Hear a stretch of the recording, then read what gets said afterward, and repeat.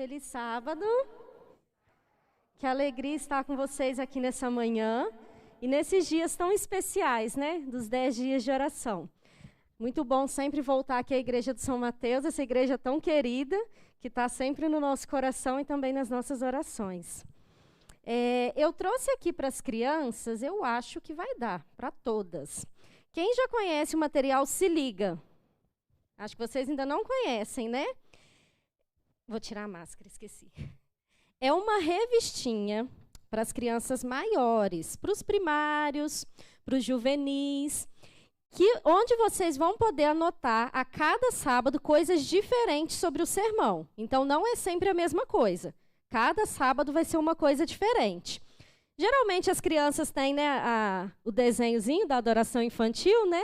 Mas vocês que são juvenis não querem mais colorir a adoração infantil. Então, a gente tem o Se Liga. E eu trouxe aqui, vou pedir ajuda para me ajudar a entregar. A gente já teve várias músicas bem bonitas aqui no culto, né? Será que vocês vão lembrar as músicas que teve? Eu acho que vai dar até para as crianças menores, mas o foco desse daqui é só para as maiores, tá? Será que vocês vão lembrar das músicas? Tem coisa aí pedindo para vocês verem sobre as músicas que já foram cantadas, sobre os textos que a gente vai ler aqui, tá bom? Então, vocês fiquem espertos aí, se liga nesse material de hoje, tá bom? E aí, se os professores quiserem estar entregando nos outros sábados, a gente tem lá digital, é só estar imprimindo a cada sábado. Cada sábado é um diferente. Tá bom, gente?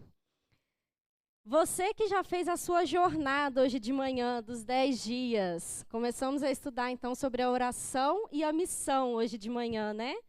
E que privilégio que nós temos de sabermos que o nosso Deus, Ele quer nos conceder, Ele quer derramar o Espírito Santo sobre nós. Tenho certeza que essa jornada, nós estamos aí hoje no 3º dia, já tem sido uma grande bênção na sua vida, na da sua família. E se você, por algum motivo, não conseguiu fazer aí os temas a cada dia, se organize, pegue a sua revista, tenha ela digital, a revista das crianças também, porque o conteúdo está realmente uma bênção para a nossa vida espiritual e para a nossa família. Então, não deixe de participar desse grande movimento aí de oração, tá bom? Hoje eu queria conversar com vocês um pouquinho, para nós estudarmos na Palavra de Deus, sobre o profeta Joel, sobre alguns ensinamentos que o profeta Joel traz para nós no seu livro, que é tão curtinho ali, né? As crianças sabem aí onde fica o livro de Joel? Qual que vem antes e qual que vem depois? Tem gente que está ali contando assim, lembrando a musiquinha. Quem lembra? Quem lembra? Luan. Luan tá ali fazendo a musiquinha. Os adultos sabem? Não, o livro de Joel está lá no finalzinho do Antigo Testamento, tá depois de Oséias e antes do livro de Amós. Muito bem. Então, abre aí no livro de Joel. Vocês sabiam que Joel era um nome muito comum do Antigo Testamento? Naquele período lá, Joel era um nome comum. E Joel tem um significado muito especial, que ele diz que o Senhor é Deus. Esse é o significado do nome Joel. Tem algum Joel aqui entre nós? Não? Significa o Senhor é Deus. E eu fico imaginando o tamanho da fé de Petuel, pai de Joel, ao colocar esse nome no próprio filho. Ele queria que, imagina só, qual nome eu vou escolher para o meu filho? Eu não tenho filhos ainda, mas eu imagino que é um momento muito importante ali, essa escolha dos pais, né? E eu fico imaginando agora o Petuel. Qual nome eu vou colocar no meu filho? Ele então escolhe Joel. Para que esse menino, por onde ele passasse, as pessoas soubessem, através da vida do filho, que o Senhor é Deus. Muito interessante, né? Nós não temos muitas informações pessoais, na verdade, nós não temos informações pessoais acerca do profeta Joel. Todos os textos que ele escreveu e que ele deixou para nós na Palavra Sagrada têm um foco total na mensagem profética, tanto para o povo daquela época, quanto para nós nos dias de hoje. E essas informações acerca de Joel são tão poucas que a gente não consegue nem hoje chegar a um consenso entre aí os estudiosos de quando esse livro foi escrito. Tem muitas pessoas que dizem que foi ali entre o século IX e o século II a.C., Porque geralmente os profetas, quando escreviam, eles citavam o governo de algum rei, eles citavam algum evento muito marcante na história, e aí os livros são possíveis de ser datados. Mas Joel não. Joel, toda a mensagem dele tem esse foco na mensagem profética, e a gente não consegue, então, datar com exatidão. Porém, a mensagem dele, nós podemos dizer que ela é uma mensagem atemporal. E é muito importante que hoje nós estudemos o que Joel deixou para a gente e aplique sobre a nossa vida também. Então, por isso, você que já está aí com o livro de Joel aberto, no capítulo 1, vou te convidar para que, segurando a sua Bíblia, nós possamos falar com Deus mais uma vez e pedir a direção dele. Vamos orar? Querido Deus e Pai, muito obrigada, Senhor, porque a Tua palavra mais uma vez está aberta em nossas mãos. E por isso, mais uma vez, ó Deus, nós queremos pedir que o Teu Santo Espírito possa me ungir agora para que eu possa falar, ó Deus, inspirada por Ti. Que as palavras não venham de mim, mas que tudo que for falado aqui nessa manhã, ó Deus, seja para o meu crescimento espiritual, para o crescimento espiritual da Tua igreja. Nós pedimos essas bênçãos em nome de Jesus. Amém. No capítulo 1 do livro de Joel, nós começamos a ver uma grande crise que o povo de Judá estava vivendo ali. O país ele tinha sido vitimado por 4 pragas sucessivas que tinham vindo sobre eles, e eles estavam com vários problemas por isso. Então, no capítulo 1, no verso 4, a gente vê o seguinte: o que deixou o gafanhoto cortador, comeu o gafanhoto migrador. O que deixou o migrador, comeu o gafanhoto devorador. O que deixou o devorador, comeu o gafanhoto destruidor. Ou seja, o povo ali de Judá tinha sido atingido por uma praga de gafanhotos que tinha acabado com toda a produção agrícola do povo. Isso fez com que houvesse, então, uma grande falta de alimentos. E a gente vê isso no verso 16, que diz assim, ó: acaso não está destruído o mantimento diante dos vossos olhos, e da casa do nosso Deus a alegria e regozijo? A semente mirrou debaixo dos seus torrões, os celeiros foram assolados, os armazéns derribados, porque se perdeu o cereal. Ou seja, acabou a produção, acabou agora com o alimento daquele povo, e a gente vê no versículo 9 que até as ofertas que eram levadas para a casa do Senhor, para os rituais de sacrifício, agora não tinham mais. No verso 9 diz assim, ó: cortada está da casa do Senhor a oferta de manjares e a libação. Os sacerdotes, ministros do Senhor, estão enlutados. Ou seja, o povo não tinha como mais nem continuar os rituais de sacrifício, porque eles não tinham mais como levar ofertas. No versículo 19, como se não bastasse tudo isso, a gente ainda vê que a terra foi atingida por grandes queimadas. A ti, ó Senhor, eu clamo, porque o fogo consumiu os pastos do deserto e a chama abrasou todas as árvores do campo. Esse povo estava numa situação bem complicada, né? Mas ainda fica pior. Porque se a gente for lá para o capítulo 2, no verso 3, diz o seguinte, ó: à frente dele vai fogo devorador, atrás chama que abrasa. Diante dele a terra é como o jardim do Éden, mas atrás dele um deserto assolado, nada lhe escapa. Esses versículos aqui, o profeta está prevendo e temendo uma invasão por um exército inimigo.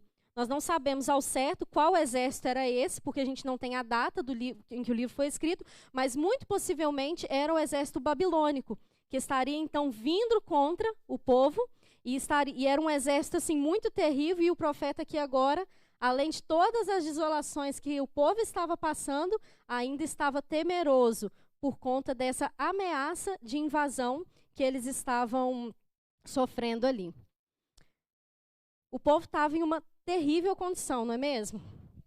Mas você já parou para pensar que nós hoje vivemos circunstâncias muito parecidas com a do povo de Judá? Que o nosso mundo, o nosso contexto, nós estamos sempre passando por crises atrás de crise. E é tanta crise que talvez você não lembre dos problemas que você tinha há 5, 6 anos atrás.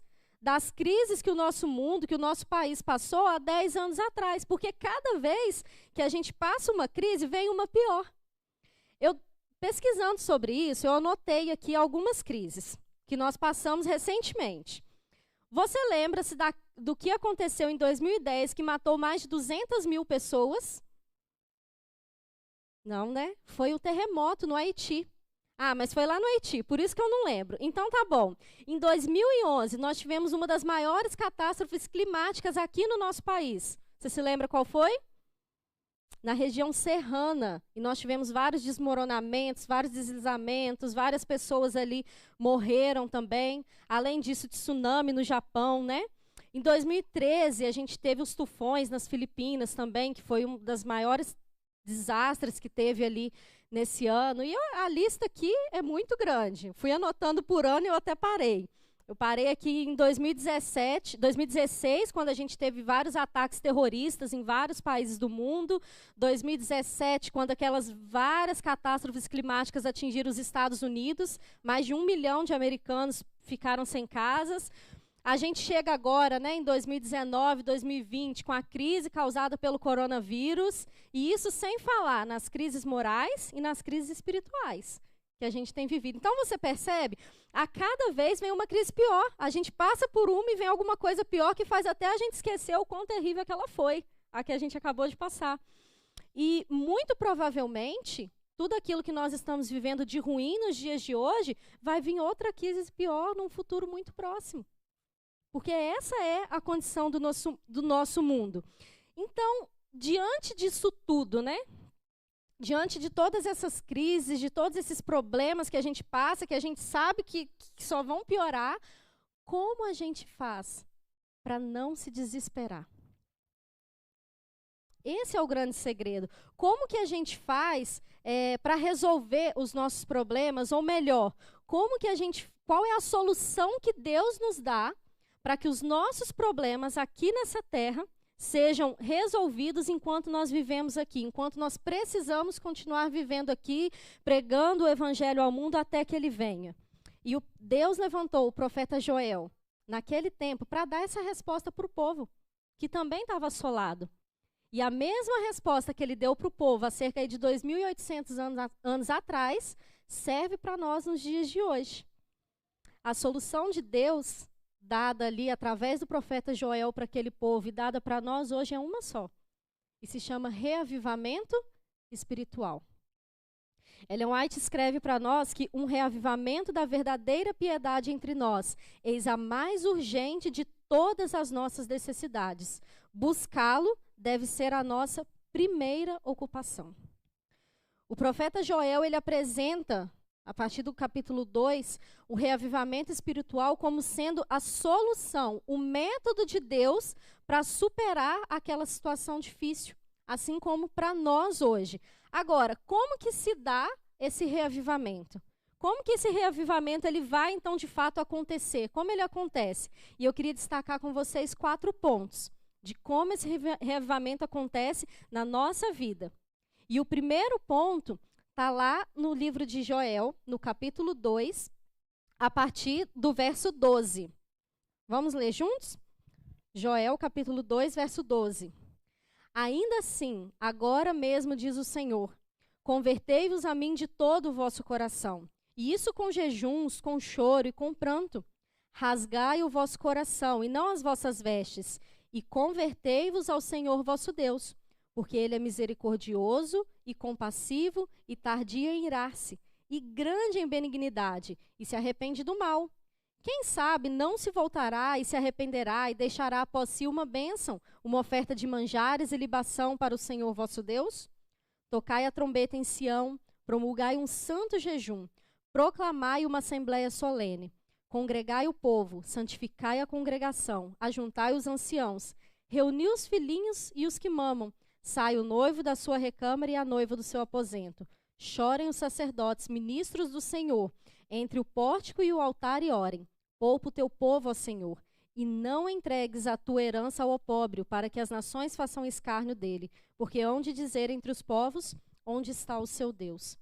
Aqui, nesses versículos, está a chave que nós precisamos, está o segredo que nós precisamos buscar, para que a gente não seja vencido pelos problemas aqui dessa terra, pelas situações difíceis, pelas aflições que nós passamos. o primeiro ponto que eu quero destacar para que um reavivamento aconteça na nossa vida, está no versículo 12, que é: convertei-vos a Deus. A conversão, ela é uma reviravolta. Ela é uma mudança de direção que a gente faz. A gente está indo para um lado e a gente se vira, então, e começa a ir para o outro. Isso é a conversão. E Joel, ele fala que o povo precisava disso. Naturalmente, nós somos egocêntricos. Naturalmente, né, a gente sempre busca a nossa vontade, os nossos interesses, o nosso desempenho. Mas quando a gente se converte verdadeiramente a Deus, a gente então muda de direção. Vocês podem perceber que existem pessoas, por exemplo, que não são religiosas, que são pecadores. Elas não são religiosas e elas vivem o pecado abertamente porque elas não são convertidas.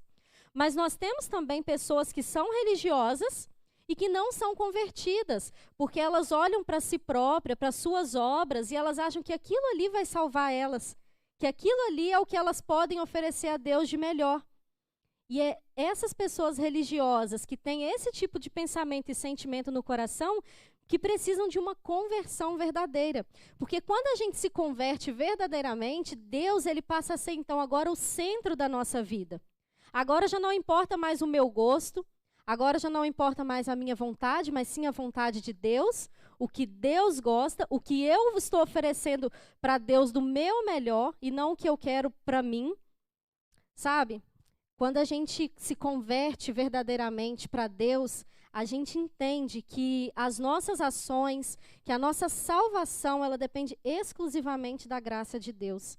E que por isso nós precisamos desesperadamente buscarmos a Ele, termos um relacionamento com Ele.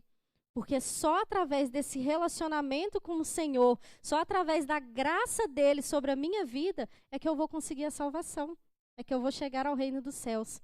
Então, o primeiro ponto para o reavivamento é a conversão. E o segundo ponto é que o profeta fala que não é só se converter, mas ele diz que é se converter de quê? De todo o coração. É a intensidade. A nossa conversão, ela precisa ser integral. Ela precisa ser em todos os aspectos da vida. A gente sabe que as nossas afeições, que as nossas emoções, elas não estão no coração, elas estão na nossa mente. Mas, poeticamente, eles entendiam que isso estava no coração. E por isso o profeta fala que nós devemos entregar o nosso coração, se converter a Deus de todo o nosso coração. E é interessante que, quando eu busco a Deus, quando eu mantenho esse relacionamento com Deus, quando eu tenho intimidade com Deus, isso é algo que vai acontecer naturalmente. Porque o que diz para a gente lá em 1 João 4,19? Que nós o amamos por quê? Porque Ele nos amou primeiro. Então, quando eu entendo o amor de Deus por mim, quando eu vivo o amor de Deus por mim, automaticamente eu começo a amá-lo. E cada dia eu vou amá-lo mais, porque eu vou ver o quanto Ele me ama mais ainda. No livro Caminho a Cristo, Ellen White escreveu para nós que o conhecimento do plano da salvação o conduzirá aos pés da cruz em arrependimento pelos seus pecados. Não tem como, irmãos, nós conhecermos o amor de Deus por nós e não amá-lo de maneira intensa, de maneira profunda. Só que esse amor que nós vamos desenvolver por Deus, ele depende do meu relacionamento com Ele. Depende do tanto que eu entendo o tamanho do amor de Deus por mim, o sacrifício que Deus fez por mim. E quando eu começo a viver isso na minha vida, eu vou amar a Deus, eu vou me converter e eu vou me converter de todo o coração. Um outro ponto que está relacionado ao nosso reavivamento e que vai na contramão do que muita gente acredita ser o reavivamento é a tristeza. O profeta, ele também diz que a gente se converte a Deus de todo o coração com jejum, com choros e com pranto. Muita gente acha que um reavivamento é uma música que vai me deixar em êxtase, que um reavivamento é uma crise de risos, é um negócio assim que vai mexer com as minhas emoções, de maneira que eu vou ficar num estado de êxtase mesmo, e não é. O profeta aqui, ele nos ensina que o reavivamento tem a ver também com a tristeza. Mas como assim? Tristeza pelo pecado. E existem dois tipos de tristeza pelo pecado. Existe a tristeza pelo pecado segundo o mundo. Está lá no livro de 2 Coríntios. Se você puder abrir a sua Bíblia, deixa Joel marcado.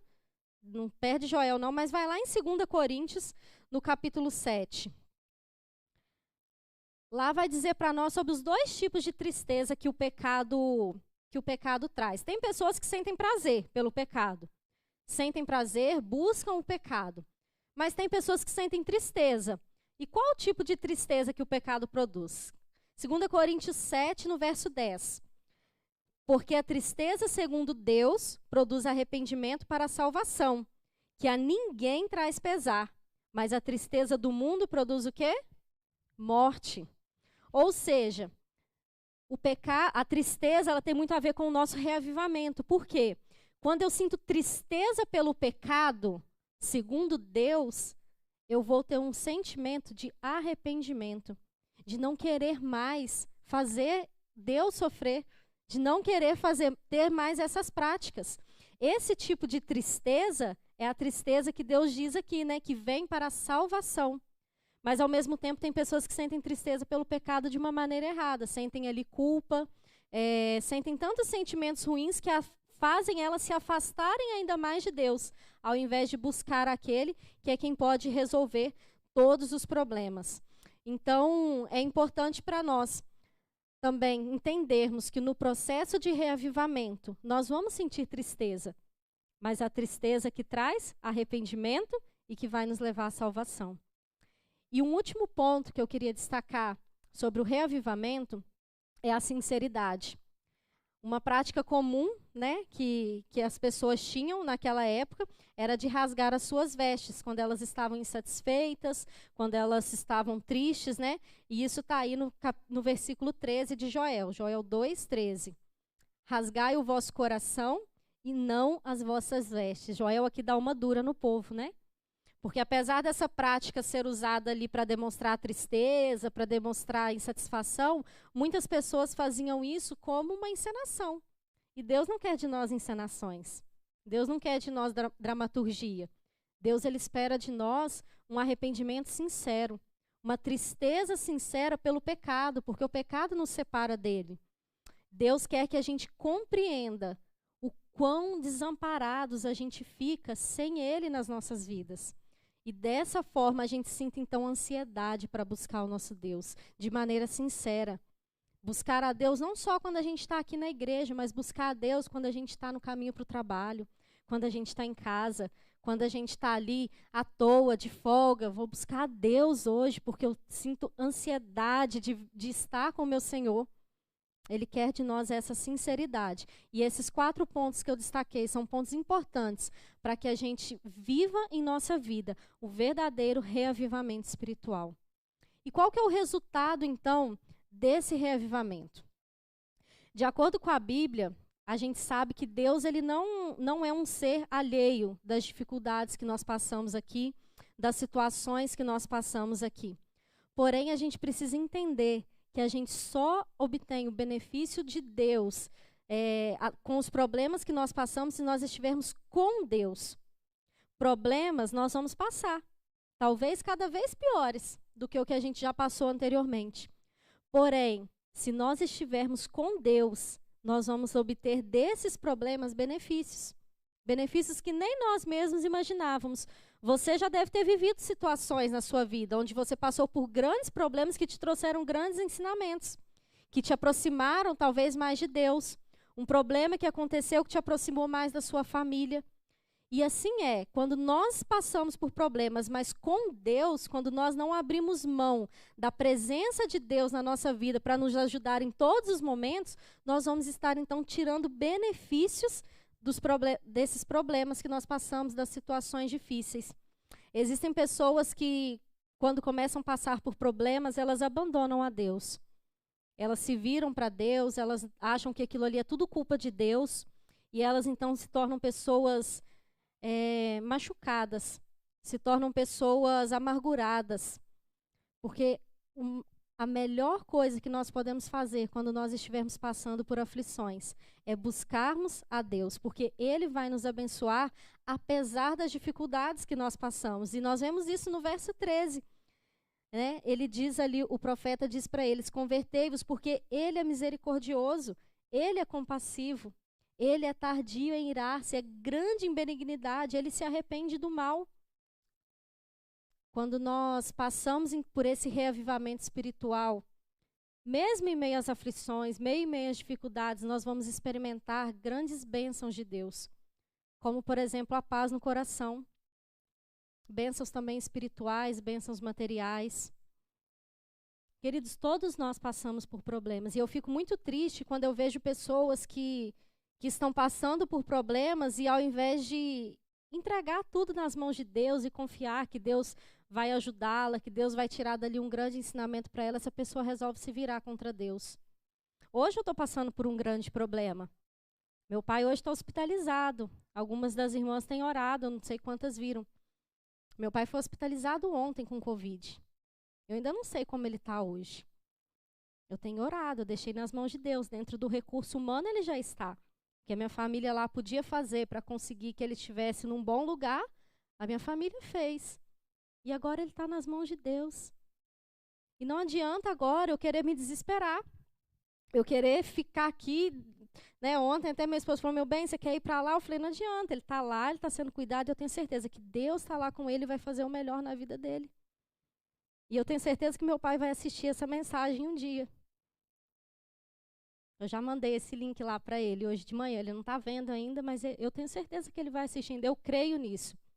Se Deus fizer diferente, tudo bem. Mas eu creio que ele vai assistir essa mensagem ainda. E vai se lembrar mais uma vez que ele precisa tomar uma decisão ao lado de Cristo. Que Cristo está lá cuidando dele nesse momento, mas que ele precisa se decidir ao lado de Cristo. Quando a gente entrega os nossos problemas nas mãos de Deus, a gente consegue sentir uma paz que o mundo não consegue explicar.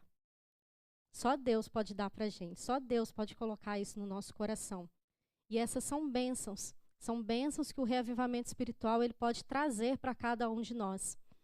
Joel ele continua explicando para o povo naquela época, e ele diz para nós hoje também, que quando nós passamos por esses problemas e tudo está nas mãos de Deus, Deus ele cuida de cada detalhe. O povo naquela época estava passando fome. E Joel então diz para eles que se eles seguissem, né, esses passos, Deus então poderia se arrepender, poderia deixar para eles uma bênção, uma oferta de manjares e também uma oferta de libação. Eles não tinham o que comer, eles precisavam imediatamente de comida, né? Tudo deles tinha acabado. Mas Joel então está dizendo que Deus poderia trazer essa bênção, que era a necessidade deles, mas também poderia deixar com eles a oferta de libação.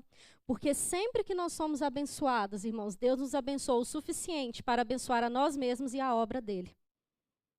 Todas as bênçãos que nós recebemos de Deus, Deus não dá bênção só para nós. Ele nos dá bênçãos suficientes para fazermos as duas coisas. Quem deve então participar desse reavivamento? Lá no verso 14, no verso 15, a gente vê ele chamando então as pessoas: tocai a trombeta, promulgai um santo jejum, proclamai uma assembleia solene, congregai o povo, santificai a congregação, ajuntai os anciãos, reuni os filhinhos e os que mamam, sai o noivo da sua recâmara e a noiva do seu aposento. Muitas vezes nós ouvimos dizer que a salvação é individual, certo? E isso não está errado. Nós precisamos ter a nossa experiência individual com Deus para que nós, então, assim possamos ter a graça dele sobre nossas vidas para nos salvar. Mas também nós não podemos esquecer que Deus ele tem grandes planos para a nossa coletividade, grandes planos para a nossa igreja, grandes planos para a nossa família. E por isso o reavivamento ele precisa ser não só de um ou outro. Não adianta para a vida da igreja nós termos 2 membros que experimentaram o reavivamento. Não adianta só o pastor da igreja experimentar esse reavivamento espiritual, mas é necessário que todos experimentem o reavivamento espiritual. Se você vê que o profeta fala até mesmo das crianças, até mesmo das que mamam.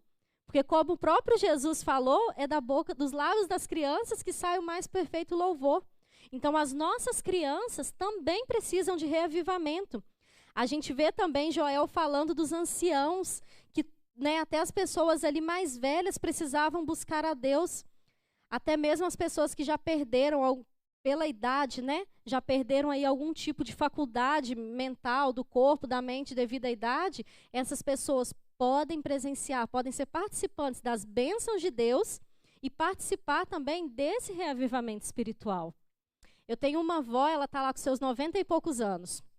E já há alguns anos a minha avó tem Alzheimer. E ela já tem alguns anos já que ela já não nos conhece mais e tal, né? Ela tem ali né, a realidade dela agora. Mas eu acho muito interessante que a minha avó sempre foi uma mulher de muita fé. Uma mulher de Deus mesmo. E a minha avó, tem um tempinho, a minha mãe me mandou um vídeo dela cantando. Um louvor a Deus. Agora me explica, como alguém com Alzheimer, que não consegue reconhecer o próprio filho, consegue louvar a Deus? Até mesmo os idosos que perderam algum tipo de faculdade aí mental devido, né, à sua idade, eles podem ser participantes da bênção de Deus, do testemunho de Deus. A minha avó é um testemunho. Mesmo com Alzheimer, ela é um testemunho para tantas e tantas pessoas. Muitas vezes ela esquece o que falar com a gente. Quando eu chego lá, ela não gosta de falar comigo, não. Quando eu chego lá para ver ela, ela olha para mim e faz assim, para não conversar comigo. Com o Robinho ela conversa. Ama bater papo com ele. Comigo ela não gosta de falar, não. Mas quando eu peço benção a ela, que é um costume desde criança, ela me responde, Deus te abençoe. Ela não se esqueceu da bênção de Deus sobre a vida dela. E eu acho isso muito interessante. Quando eu estava estudando essa mensagem aqui, eu me lembrei dela. Que ela, apesar de todas as debilidades que ela está enfrentando agora, ela também é participante das bênçãos de Deus. Então, até mesmo os idosos, até mesmo as crianças. E esse reavivamento, ele precisa ser mais importante do que tudo. Vocês viram o finalzinho do verso aí? Chamou a atenção de vocês quando ele fala do noivo e da noiva? Gente, tem momento mais importante, mais esperado por um casal do que a noite de núpcias? Não tem, né? A gente prepara tudo para uma cerimônia de casamento. O culto, o vestido, a decoração, a comida e tudo mais né, que envolve. Mas o momento mais aguardado pelos noivos é a noite de núpcias, né, gente? É a consumação do casamento. Mas Joel fala, então, que até mesmo o noivo deve sair da recâmara e a noiva do seu aposento. Ou seja, ter esse encontro com Deus, buscar essa experiência com Deus, né, nas palavras aqui poéticas do profeta, tem que ser mais importante do que até mesmo consumar o casamento com a pessoa amada. Então, isso mostra para nós a importância, né? Joel, ele estava, quando ele escreve isso daqui, ele estava desesperado para que o povo vivesse esse reavivamento. Vocês viram a situação que estava Judá, né?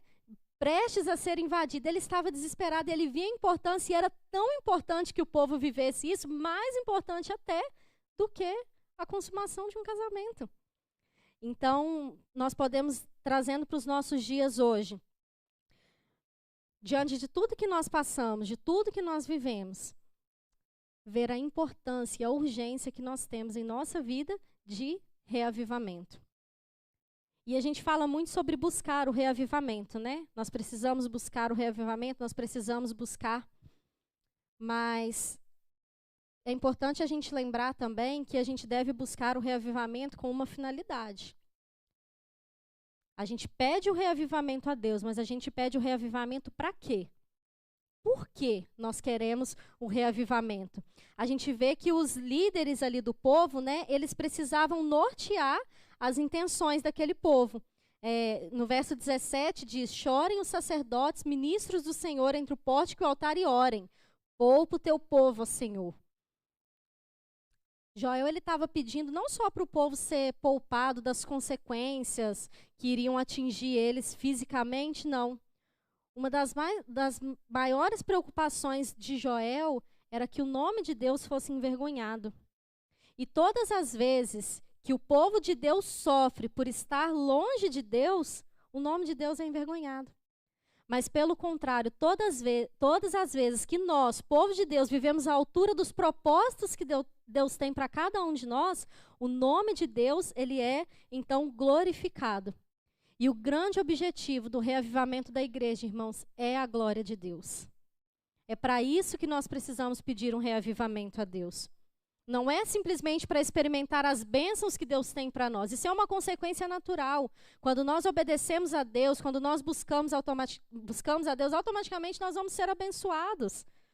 A lei de Deus, ela é uma proteção para nós. Mas o motivo pelo qual nós devemos buscar o reavivamento é para que Deus seja glorificado, é para que Deus seja honrado. E é por isso que Joel, então, nesse pedido que ele faz ao povo, ele pede, né, para que Deus poupasse o povo, para eles serem libertados não apenas das provações que eles estavam passando, mas para que as pessoas pudessem reconhecer Deus na vida desse povo, através das obras que Deus faria neles.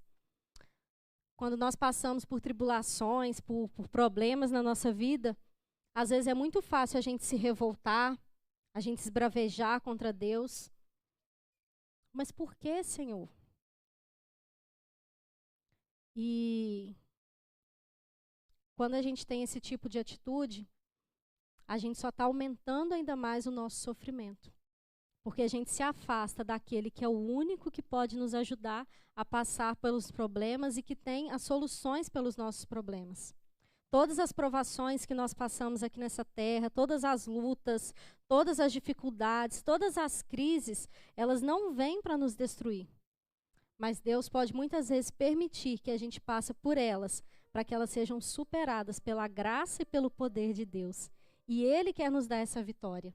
Ele tem a vitória para cada um de nós. E Ele quer que você se aproprie da vitória que Ele tem para você através da busca por Ele. Eu vou te convidar agora a cantar a música Nas Mãos do Oleiro. É uma música que você conhece, que você já cantou várias vezes. Mas é uma música que fala de como Deus ele precisa nos moldar, nos transformar. E que essa música seja mais uma oração na sua vida. Pode colocar? Nós vamos cantar essa música e depois nós vamos orar, pedindo para que Deus nos habilite a viver esse reavivamento tão importante, tão necessário e tão urgente.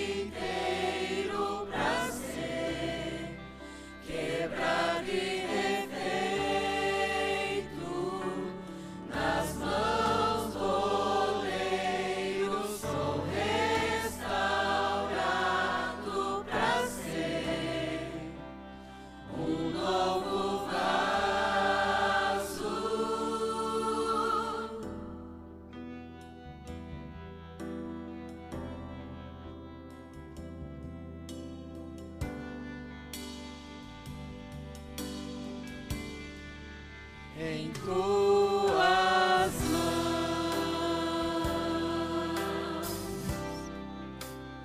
eu sou pó.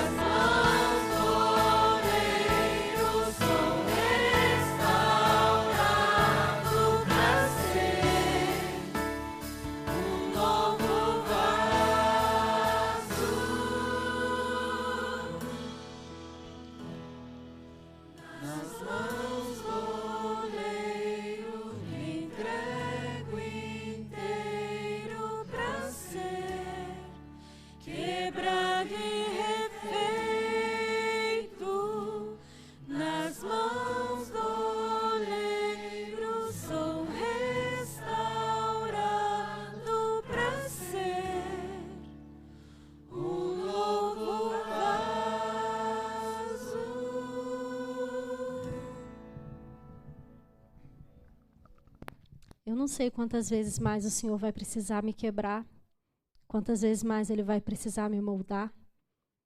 E eu também não sei na sua vida como é. Mas uma coisa eu tenho certeza, irmãos, todos nós, se já convertidos, precisamos de reavivamento. Todos. Por isso ore, clame, jejue, sabe? Busque ao Senhor de todo o seu coração. Mas não fique sem o presente mais precioso que Deus quer dar para você, que é a presença dele na sua vida todos os dias, em todos os momentos. Vamos orar. Querido Deus e Pai, muito obrigada, Senhor, porque o Senhor está sempre pronto a nos estender a mão, Pai. Muito obrigada, Pai, porque por mais que nós nos afastemos de Ti, que nós viremos as costas por Ti por muitas vezes, o Senhor sempre tem um abraço carinhoso para nos receber quando nós decidimos nos converter, quando nós Te buscamos, ó Pai. E nós queremos pedir o derramamento do Teu Espírito Santo sobre as nossas vidas, Senhor. Nós queremos que o Teu nome aqui nessa terra seja glorificado. Nós queremos, ó Deus, que o Teu nome seja espalhado aos 4 cantos desse mundo, ó Pai, para que assim a Sua mensagem, o Seu amor alcance a tantas e tantas pessoas e a obra de pregação do Evangelho, enfim, seja terminada para a Tua volta. Por favor, Senhor, nos habilite para essa missão. Derrame sobre nós o Teu Santo Espírito, ó Pai. Nos torne, ó Deus, cada dia mais Teus obreiros aqui nessa terra, participantes dessa linda missão que o Senhor deixou para cada um de nós, para as crianças, para os adolescentes, para os homens, para as mulheres, para os idosos, para todos, Senhor. Por favor, ó Deus, continue nos habilitando para que assim sejamos testemunhas do Senhor aqui. E para que dessa forma o Senhor volte logo para nos buscar, ó Pai, porque nós já não queremos mais continuar aqui nessa terra. Nós ansiamos, ó Deus, pelo dia do encontro com o Senhor. Temos saudade, ó Deus, temos saudade de Ti. Queremos muito em breve, ó Pai, estarmos todos reunidos naquela grande mesa, desfrutando, ó Deus, de todas as bênçãos que o Senhor tem preparado para cada um de nós. Nós pedimos isso em nome de Jesus, pedindo desde já mais uma vez perdão pelos nossos pecados. Amém, Senhor.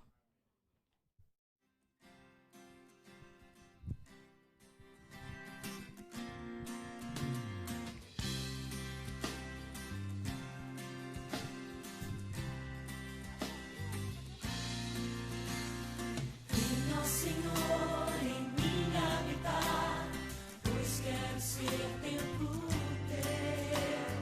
Quando eu sair deste lugar, que Jesus permaneça.